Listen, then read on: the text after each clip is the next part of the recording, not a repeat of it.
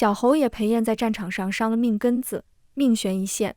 侯府二房趁虚而入，逼迫长房让出爵位。侯老夫人当机立断，为他求娶太傅家大着肚皮被找回的真千金沈福，也就是我为妻。对外就说你和阿燕在边关成了亲，这孩子是你和阿燕的骨肉。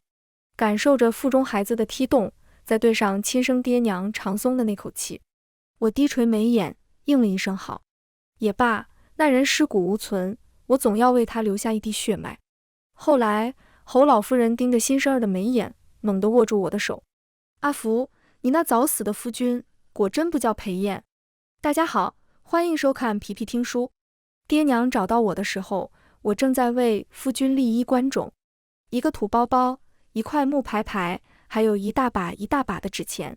爹娘的脸色当时就难看了起来，他们不顾我伤心，拽着我的胳膊就要灌我喝堕胎药。神不知鬼不觉，落了这个孽种。回京后，你曾经的过往再也不会有人知道。我会给你寻觅一如意夫婿，让你穿金戴银，吃喝不愁。难闻的汤药让腹中孩子都躁动起来。千钧一发之际，我把银簪抵在脖颈。孩子在，我在；孩子没，我就追随夫君而去。太傅和夫人若是容不下这个孩子，就全当没找到我，请回吧。到底是找寻多年的亲骨肉，爹娘虽恨我不听话，忧心我的处境，但到底舍不得丢下我不管。至此，我的终身大事成了爹娘的心病，只要想起就絮絮叨叨念一通。瞧你三婶那得意样，还说什么沈莲天生富贵命，所以能嫁给新科状元。谁不知道状元看的是你爹的权势？好孩子，咱们就把这孩子打了吧。你以后带着个拖油瓶，哪家好人家愿意娶你？现在我和你爹当家还好，来日弟媳妇入门。爹娘一想到你以后凄惨的境地，就是死也闭不上眼睛啊。所以侯老夫人上门时，我几乎没考虑就点了头。看着侯府漫天红绸，我却忍不住想起我和陈慎之窘迫的婚事。相遇很戏剧，我上山采药，遇到了身受重伤的陈慎之。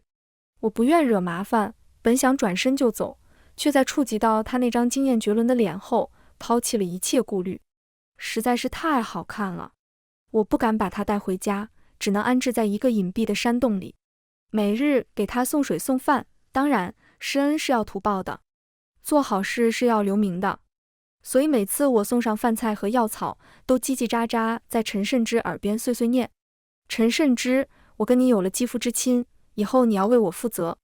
陈慎之被我惊的一口水差点把自己呛死。我反思，可能长得好的人都含蓄，所以我羞羞答答。陈公子若是上门求亲，一定记牢了，我家住大洼村6巷胡同2号，我姓张，单名一个福字，就是芙蓉的那个福。陈慎之嘀嘀咕咕，我凑近听，好像说的是坠崖怎么没把我摔死，谁知竟会一语成谶。婚后，陈慎之总笑着打趣我是那山林中的精怪，专门守在山脚下，等着送上门的美男子。我追着他打，不知怎地被他带到了榻上。事后他抱着我保证，福儿，快了，只要打赢这场仗，我就能风风光光带着你回家了。我会用所有荣耀和军功，让所有人都认可你，敬重你。可陈慎之运气不足，遇不到第二个觊觎美色救人的精怪，我还要揣着他的崽改嫁给别人。我忍不住吩咐丫鬟琳琅，过2日再去庙里给夫君捐一盏长明灯。琳琅脸色煞白，长明灯的事奴婢定会办好，但夫人记住，以前那个夫君可万不能再提了。我懂。裴燕在边关生死未卜，二房对爵位虎视眈眈，山村下的过往必须成为永远的秘密。更何况爹娘接我回京前，为了打消一切隐患，让我假死脱得身。裴燕在边关生死未卜，二房愿望落空，自然把一切矛头都对准了我。沈福，你被太傅找回来前，不过是一箱野丫头，阿燕如何会跟你拜堂成婚？二叔的目光落在我腹部，藏着是骨的含义。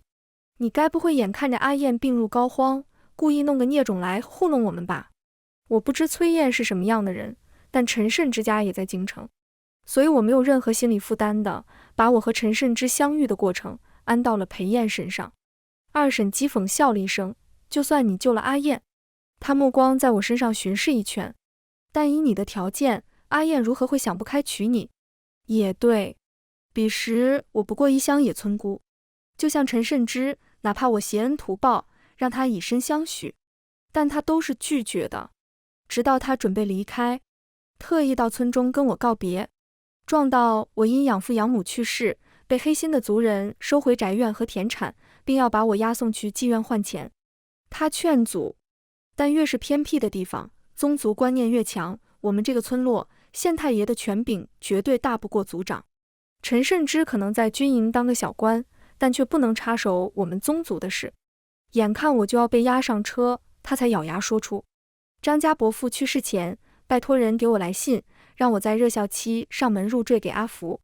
入赘这个词一出，不仅族人震惊，就连跟在陈慎之身后的几位亲兵都变了脸色。爷，您的终身话还未说完，就被陈慎之制止，我心中有数。至此，陈慎之除了在军营忙碌，也成了我的挂名夫君。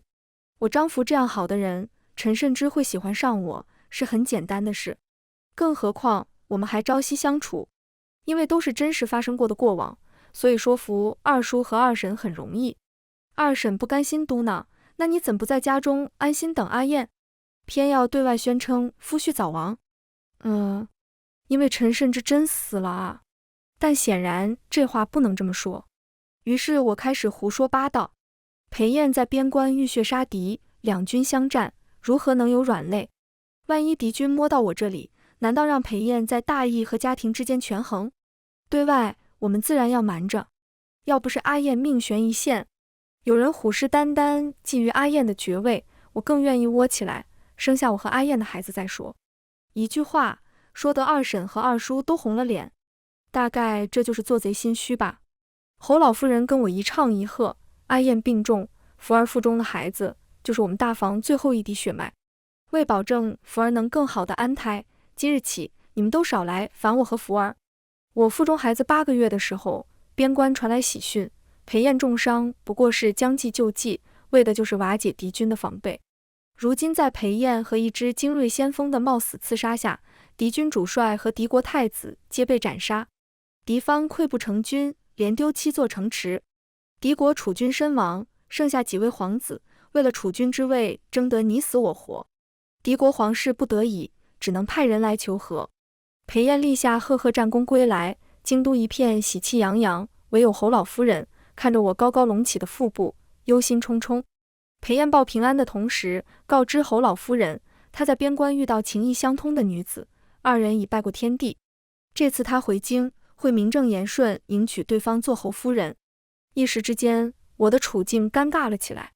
侯老夫人悄悄宽慰我：福儿，你和孩子救我侯府于危难，不论阿燕怎么打算，我都认你和孩子。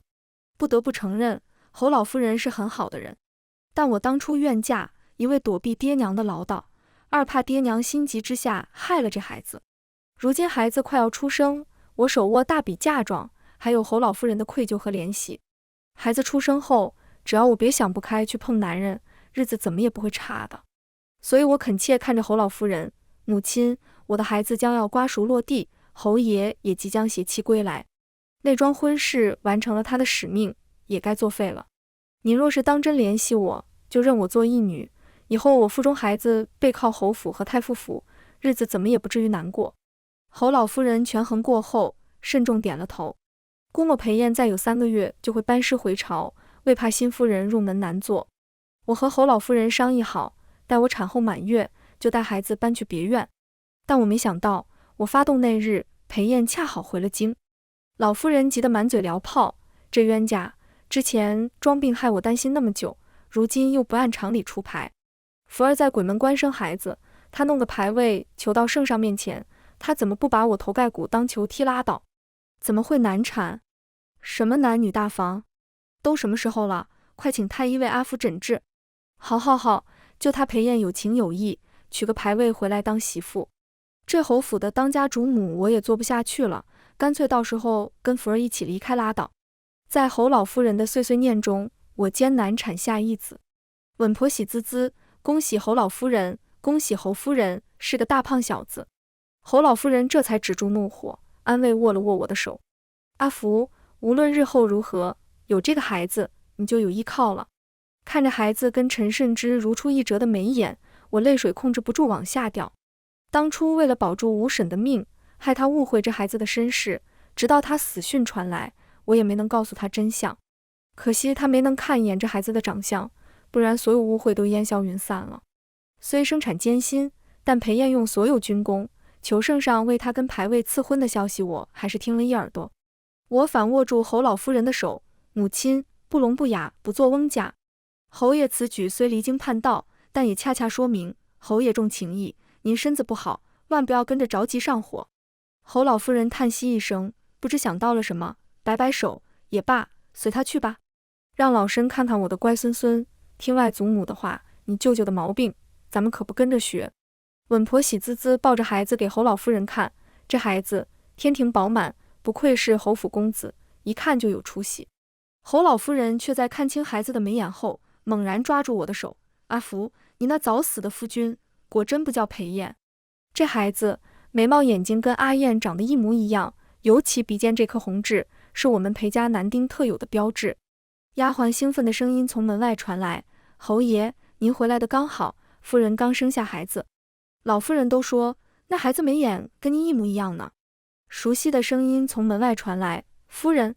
丫鬟可能这才想起，这桩婚事裴燕并不知晓，在触及到裴燕捧着的牌位和圣旨，整个人都结巴起来。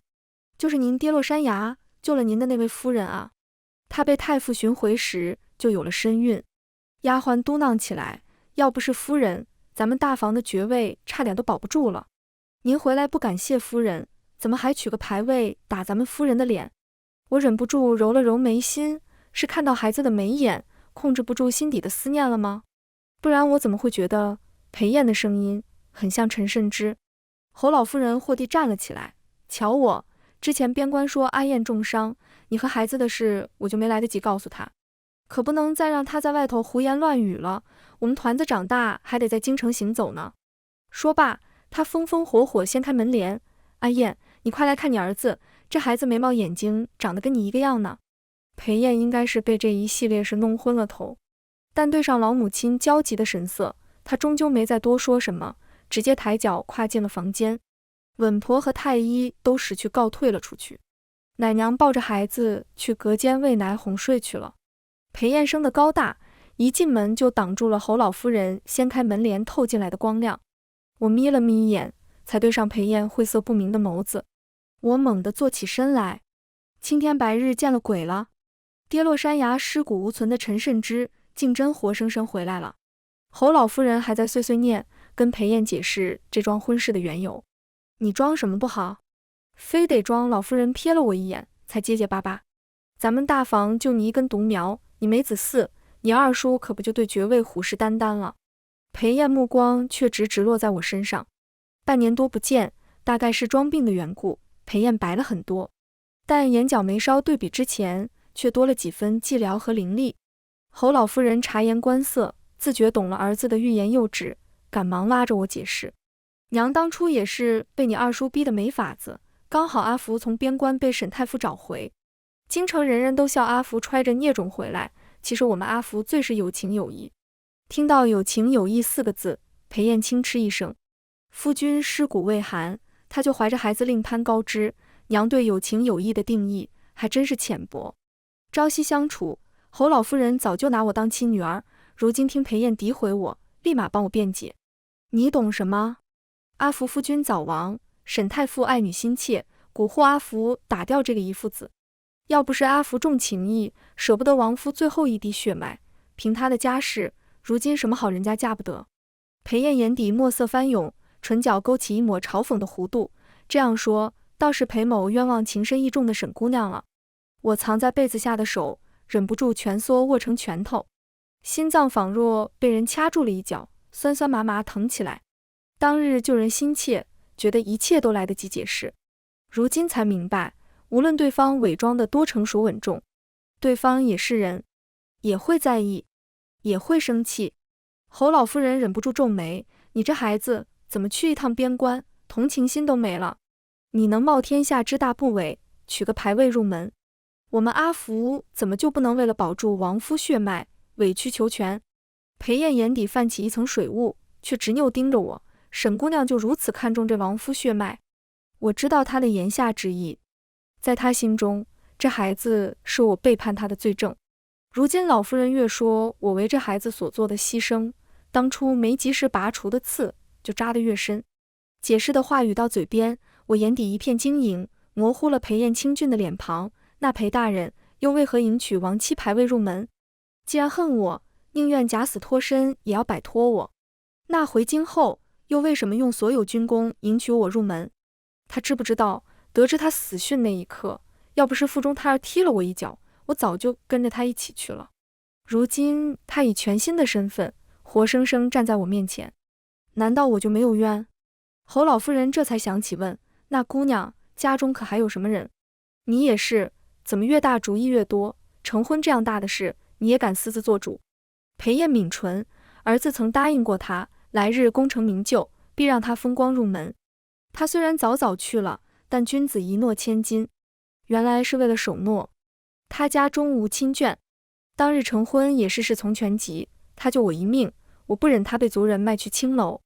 裴燕瞥了我一眼，眸色转冷，原也不是为着感情成的婚，原来只是报恩。我一颗心直往下坠，到嘴边的解释硬生生转化成了一句僵硬的恭维，裴大人高义。裴燕表情一滞，狼狈撇开视线。门外传来二婶咋呼呼的声音，阿福生孩子，我身为二婶，怎能不探望？侯老夫人气得站起来，这泼皮一看就不安好心，我去打发了他。侯老夫人风火走出去，她和二婶的言语交锋隔着门帘传进屋中，我却一句都听不清，因为刚刚装作不认得我的裴燕俯身凑到我跟前，一字一句开口，揣着背叛我的孽种，帮我守住爵位。我倏然瞪大眼睛，下意识摇头。裴燕胸口急剧起伏，你敢说我在军营不能回家的日子，你每夜都安分待在家中？并没有。还是说你早就知道裴燕就是陈慎之，所以故意上门帮我守住爵位？也不是。我那说不出话。裴燕讥讽一笑，我到底在期待什么？沈福，你知道这半年多来我有多恨你吗？说完，他不再看我，转身走出房间。我盯着晃动的门帘，闭了闭眼。接下来1个月，侯老夫人严防死守，不允许任何外人来打扰我坐月子。用她的话说，月子做不好，可是会落下一辈子的病根的。见我盯着孩子落泪，她赶忙心疼把我搂在怀里。好孩子，坐月子可不能哭。不知想到什么，她又温柔摸着我柔软的发，你的心情我理解。阿燕7岁那年，老侯爷战死沙场，我那时既要支撑侯府，又要努力教养阿燕，每日风火，唯有夜半才会盯着阿燕的脸，想念那个再也回不来的人。阿福，团子亲爹是怎样的人？你这样守护团子，必定很喜欢他吧？大抵憋得太久，我忍不住伏在侯老夫人膝上。怎会不喜欢呢？他和我们村子里的所有男人都不一样，我从未见过像他这样好看的男子，说话做事都那样赏心悦目。当初从别人口中得知他死讯，要不是顾及肚子里的孩子，我大概就跟着他去了。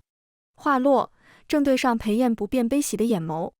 丫鬟叽叽喳喳跟在身后，侯爷，这天山雪阁，奴婢可就全交给太医用来入药了。侯老夫人也忍不住站了起来，我说你这几日怎么不见踪影？原来是帮阿福寻天山雪阁去了。裴燕轻描淡写，刚好遇到，就买了些，没想到能派上用场。他撒谎，我产后体虚，太医说需要天山雪阁入药后，不论侯府还是爹娘都上了心，就差把整个京城的药铺都翻个底朝天，但还是没寻到。侯老夫人冲我眨了眨眼，才笑着接口，是你运气好，刚好就遇到了。刚好2个字，侯老夫人咬得很重。裴燕脸上闪过一丝不自然，瞥了我一眼，才不经意开口，刚刚在聊什么？侯老夫人立马被他引得换了话题，刚刚跟阿福聊天，想起你爹走得早，我一个人拉扯你长大。他叹口气，推己及人，阿福还这样年轻，漫长的人生可怎么熬哦？说着，他狠狠捶了裴燕一拳。你说你迎娶亡妻牌位这事，怎么就不跟我商议一番？当初成婚，我对外宣称你和阿福在边关成了婚，这孩子是你们2人的骨肉。结果你放着阿福生产，自己在宫里求了赐婚圣旨。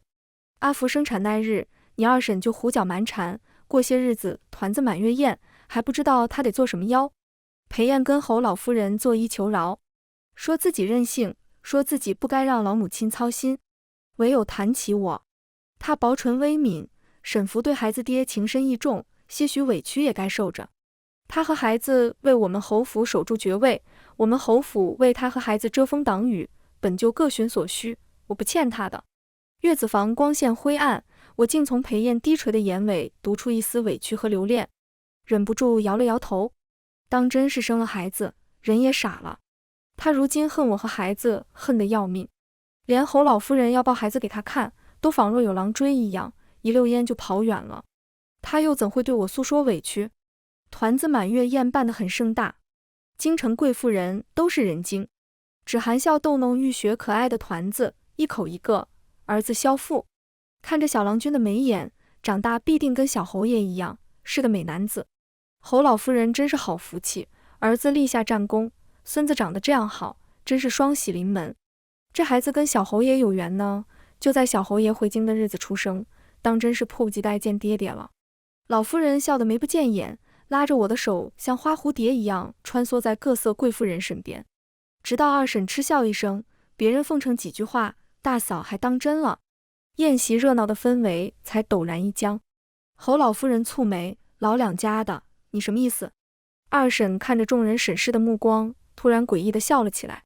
大嫂，你说大哥泉下有知，你宁愿把裴家的爵位给一个外人，也不愿给我们2房，大哥会不会后悔把家交给你？侯老夫人脸色有一瞬间的僵硬，老两家的还没吃酒就醉了，快把他带下去醒酒。2婶猛地挣脱吓人的钳制，眼底藏着遮不住的幸灾乐祸和愤恨。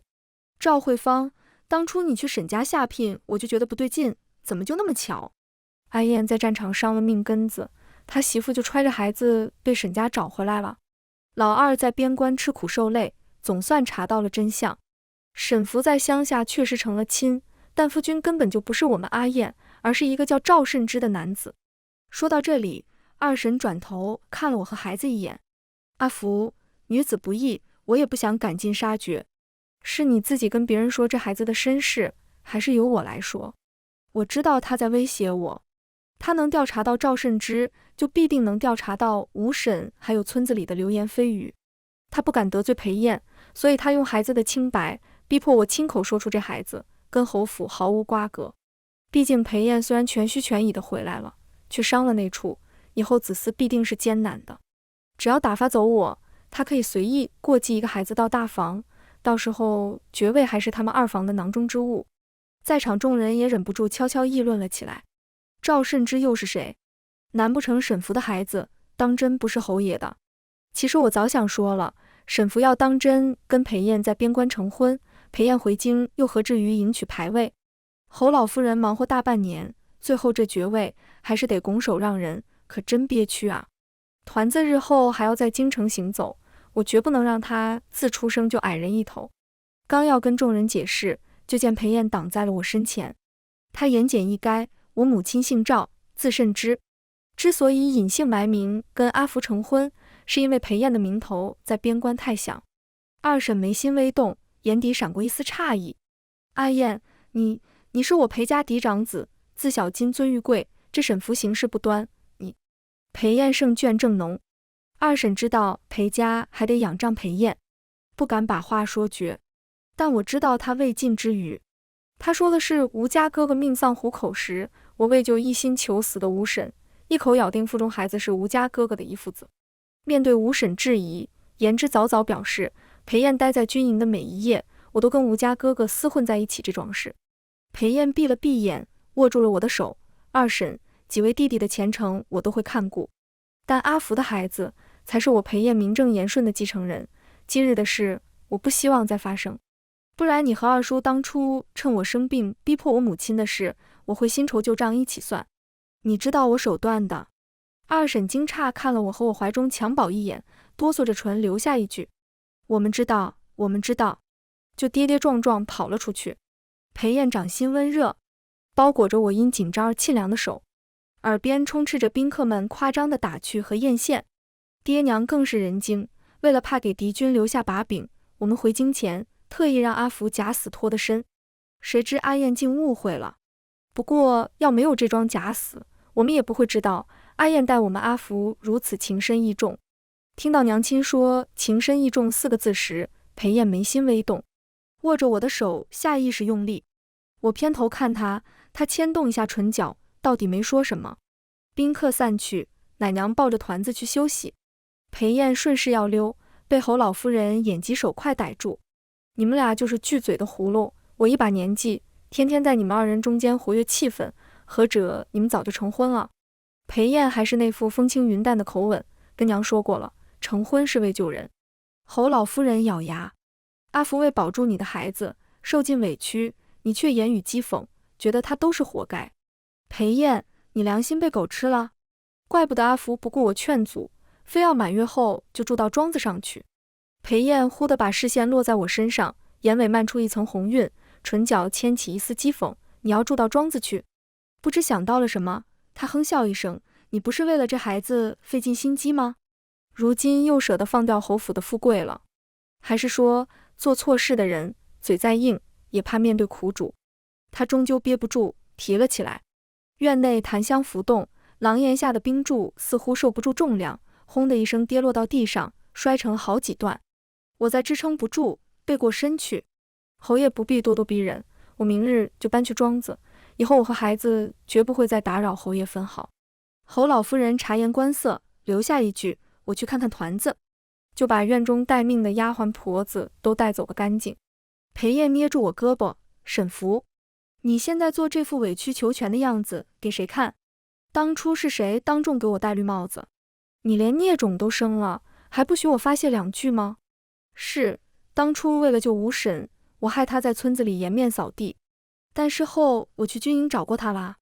他身边的亲兵一见我就红了眼，说都怪我水性杨花不安分，才害得裴燕在战场上分神，被敌人一箭射入山崖。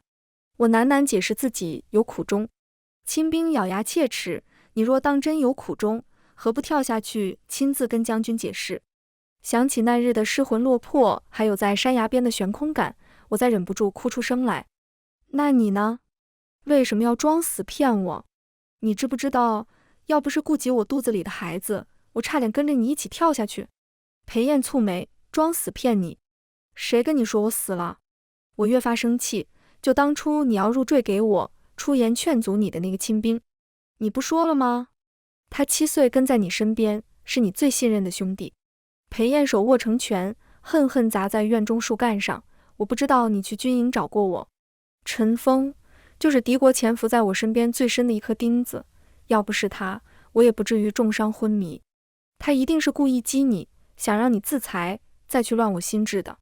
陈峰居然是细作，真是白瞎了我曾经顺手给他做的那些面饼和包子。裴燕却不接话茬，仿若不经意开口，得知我的死讯，你为什么要追随我而去？我心口一梗，话赶话问出口，那你呢？功成名就回京，为什么非要迎娶我的牌位？对于他曾经心悦过我这回事，我从未怀疑过，所以吴婶生死之际，我才敢说那些诛心之语。但我没想到，竟会没有解释的机会，就被推着走到今日这般境地。裴燕昂了昂头，沈福，我为什么迎娶你的牌位，你当真不知吗？大底穿得太厚，我耳根、脖梗都忍不住漫上一层薄热。再对上裴燕灼灼的目光，我心跳如雷，落荒而逃。去庄子上的东西还没收拾好，我先回去收拾，却被裴燕猛地抱在怀中。她把头埋在我肩膀，有滚烫的泪珠润湿我的衣衫。裴燕声音闷闷的，沈福，我终究还是输给了你，不要再离开我，团子我当亲生的养，成吗？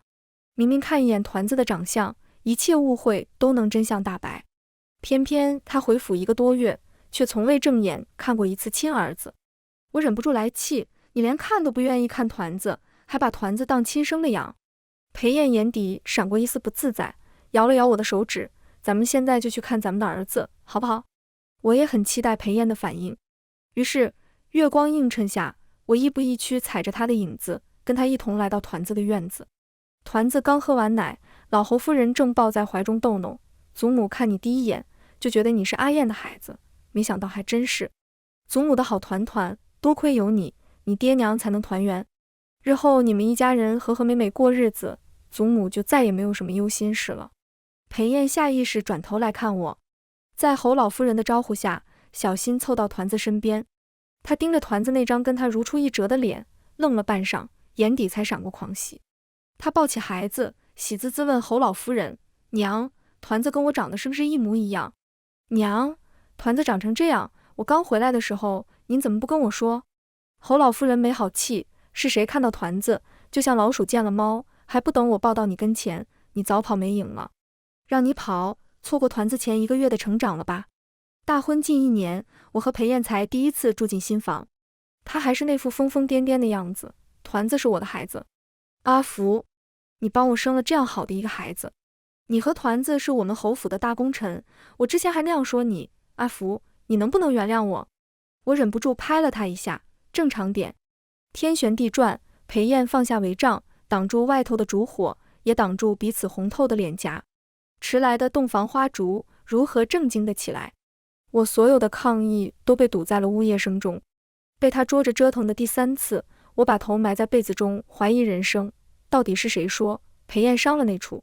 一夜好眠，第2日一早，裴燕亲自牵着我的手，带我入宫跟圣上解释牌位的乌龙。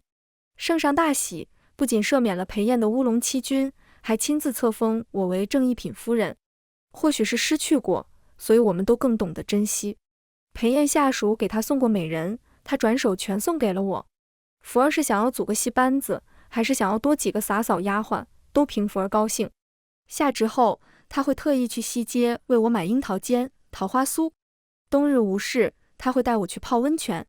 我回京后丢失的快乐，被裴燕又一点点都养了出来。团子5岁那年，裴燕随我带孩子一同回大洼村给养父母扫墓。团子正是好玩好闹的年纪，不知怎么跑到了对门花婶家。花婶一看到团子就猛地抱住：“阿福，你跟慎之的孩子都这么大了，村子里都说你们俩死了，我怎么都不信。你那么好的人，知道你花叔不在家，见我害怕，每晚都来我家陪我。村里居然还敢造谣，说你每日都跟吴春林勾结在一起，真是一群烂舌头的小人。”花婶抱着团子去屋里找好吃的，裴燕却凑到我耳边：“那些话都是你骗吴婶的，你怎么不跟我说？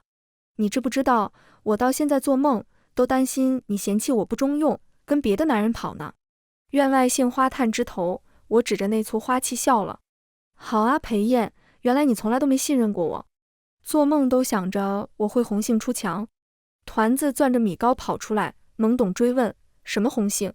哪里有杏子？”我忍不住笑出了声：“在你爹心中，杏花纷落如雪花，金穗又是好年华。”全文完，皮皮听书感谢您的观看，每天上新精彩小说，喜欢就订阅吧。